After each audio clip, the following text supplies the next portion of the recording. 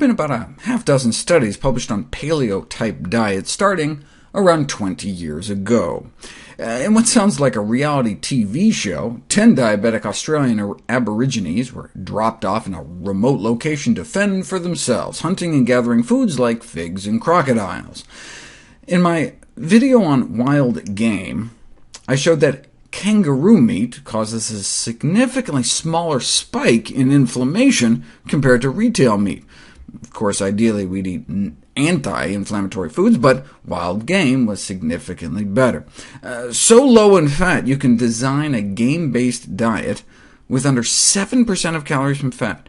Skinless chicken breast has 14 times more fat than kangaroo meat. So you can eat curried kangaroo with your cantaloupe and drop your cholesterol almost as much as eating vegetarian.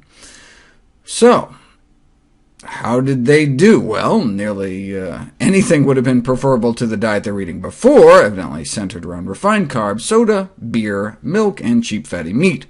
But they did pretty good, significantly better blood sugar response thanks to a ton of weight loss. But it's because they were starving.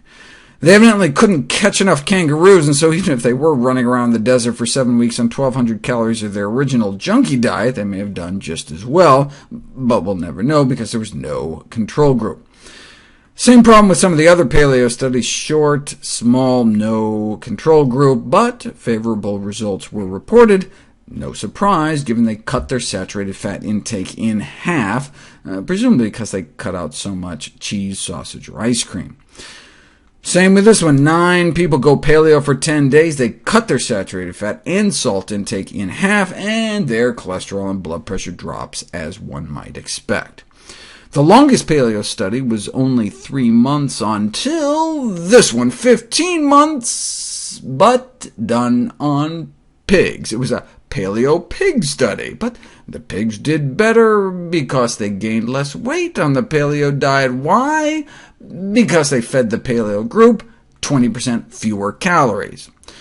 The improvement in insulin sensitivity in pigs, though, was not reproduced in people, though there were benefits, such as improved glucose tolerance, thanks to these dietary changes. The paleo group ate less dairy, cereals, oil, and margarine, and more fruit and nuts, with no significant change in meat consumption. A follow-up study also failed to find improved glucose tolerance over control, but did show other risk factor benefits, and no wonder. Any diet cutting out dairy and donuts, oil, sugar, candy, soda, beer, and salt is likely to make people healthier and feel better. Compare these representations of a day's worth of food on a paleo diet versus the standard American diet. Although it looks like there's a tomato peeking out behind the frosted Cheerios, the paleo diet has lots of foods that actually grew out of the ground. So this kind of paleo diet would be way better. Won't it hurt people to tell them to stop eating beans, though? Hardly anyone eats beans. More than 96% of Americans don't even reach the measly minimum recommended amount, only like 1 in 200 middle-aged American women. So telling people to stop isn't going to change their diet very much. I'm all for condemning the standard American diet's refined carbs, quote-unquote non-human mammalian milk, and junk foods, but proscribing legumes is a mistake. As I've noted before, beans, split peas, chickpeas, and lentils may be the most important dietary predictor of survival. Beans and whole grains are the dietary cornerstones of the longest living populations on Earth. Plant-based diets in general, and legumes in particular, are a common thread among longevity blue zones around the world.